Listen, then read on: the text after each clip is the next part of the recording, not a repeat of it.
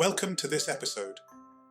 The mighty Ghana Empire, often referred to as the Land of Gold, was one of the most powerful and influential empires in West Africa, leaving behind a legacy that shaped the course of African and world history.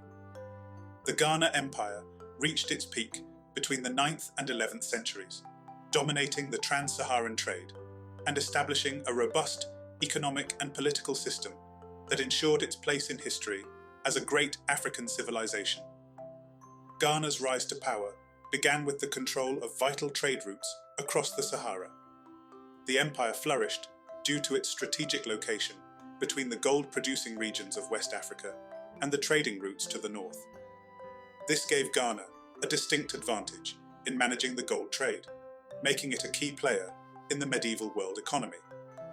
As historian Basil Davidson writes, Ghana was the first African kingdom to become a major power because of its ability to dominate the gold trade and control the Saharan trade routes. Through the trade of gold, ivory, and salt, Ghana's rulers amassed unimaginable wealth, which funded the empire's expansion, military strength, and cultural achievements. Arab historian al-Bakri, writing in the 11th century, gives us a glimpse of Ghana's extraordinary wealth. He described the empire's capital, Kumbi Saleh, as a city of great splendor, bustling with activity. Traders from as far as North Africa and the Middle East brought goods like silks, spices, and copper to exchange for gold dust, which was the empire's currency of choice. In al-Bakri's words, "The king's town is rich in gold and adorned with splendid decorations. The people of Ghana are known for their skill in commerce, and the wealth of their land surpasses imagination." The king controlled the trade with wisdom and strategy, ensuring that only gold dust circulated in markets while keeping the larger gold nuggets in royal hands. This policy stabilized the economy and preserved the empire's wealth. The heart of Ghana's empire lay in the city of Kumbi Saleh, its capital. This city was not just a political center, but also a bustling metropolis that became a hub for international trade. The city was divided into two distinct parts, one where the king and his royal court resided, and the other where traders from various parts of the world, including Arab merchants, came to exchange goods. The historian al-Bakri, who visited the Ghana Empire in the 11th century, described Kumbi Saleh as a city of wealth and opulence, where the king resided in a magnificent palace and the merchants filled the streets with goods from distant lands. This vibrant trade network allowed Ghana to maintain a strong military, build infrastructure, and establish political alliances with other empires. Gold played a central role in Ghana's rise. As noted by the famous Arab traveller and historian Ibn Hawqal, "The land of Ghana is rich in gold, and its merchants are the richest people in the world. The gold that Ghana produces is considered the best in the world, and it is sought after by merchants across the Sahara and beyond." Ghana's gold was so prized that it became a currency in trade, both within the empire and beyond its borders. Ghana's control over the gold trade allowed it to exert influence over neighbouring kingdoms and empires, shaping the economic and political landscape of the entire region. However, Ghana's success was not solely built on its wealth. The kingdom was highly organised, with a strong military and a complex political structure that ensured its stability and growth. The ruler of Ghana, known as the Ghana, meaning warrior king, was seen as both a political and spiritual leader. His authority was unquestioned, and his influence extended far beyond his immediate kingdom. The Ghana was not only a powerful military leader, but also a wise and just ruler who ensured the prosperity of his people. The royal court was composed of various ministers and military leaders who assisted the king in governing the empire. This hierarchical system allowed Ghana to manage its vast resources effectively and maintain its control over the important trade routes. Ghana's military might was also essential to its success. The empire maintained a large standing army, numbering well over 100,000, that protected its borders from external threats, particularly from the nomadic Berber tribes of the north and the neighboring kingdoms that sought to control the lucrative trade routes. The army was well equipped and skilled in desert warfare, and it played a crucial role in maintaining Ghana's dominance over the Sahara trade. Ghana's military prowess was as formidable as its wealth. The army's ability to control the trade routes and defend the kingdom was a key factor in the empire's success. Renowned historian Basil Davidson highlighted Ghana's urban sophistication, stating, "The city of Kumbi Saleh, with its dual layout of Muslim and royal quarters, displayed advanced planning and a distinct sense of order, blending religious, administrative, and economic zones seamlessly."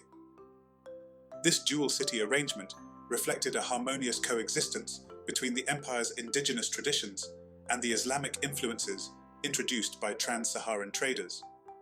The Muslim quarter housed bustling markets, mosques, and homes for merchants and scholars, while the royal quarter displayed the grandeur of African kingship, with palaces, courtyards, and temples. While Ghana was largely self-sufficient, the empire's wealth attracted many external powers, including the Arab merchants from North Africa. The ancient African loss of Egypt, with its direct trade access to the Mediterranean coast and beyond, meant that inner African rulers, to access these routes profitably and efficiently, needed stable, favourable relations with the Arab, Muslim middlemen of North Africa, and their conversion to Islam usually paved the way for favourable, stress-free trade across the Sahara.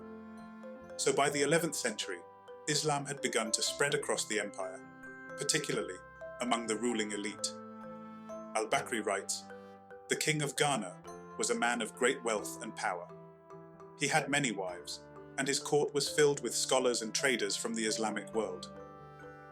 While the majority of the population remained adherents of traditional African religions, the introduction of Islam brought new ideas and educational systems to the region. At the heart of Ghana's success was its extraordinary wealth. Gold was so abundant that it seemed almost magical to outsiders. Gold played a central role in Ghana's rise. The mines produced gold in quantities that rivaled the greatest reserves in the world.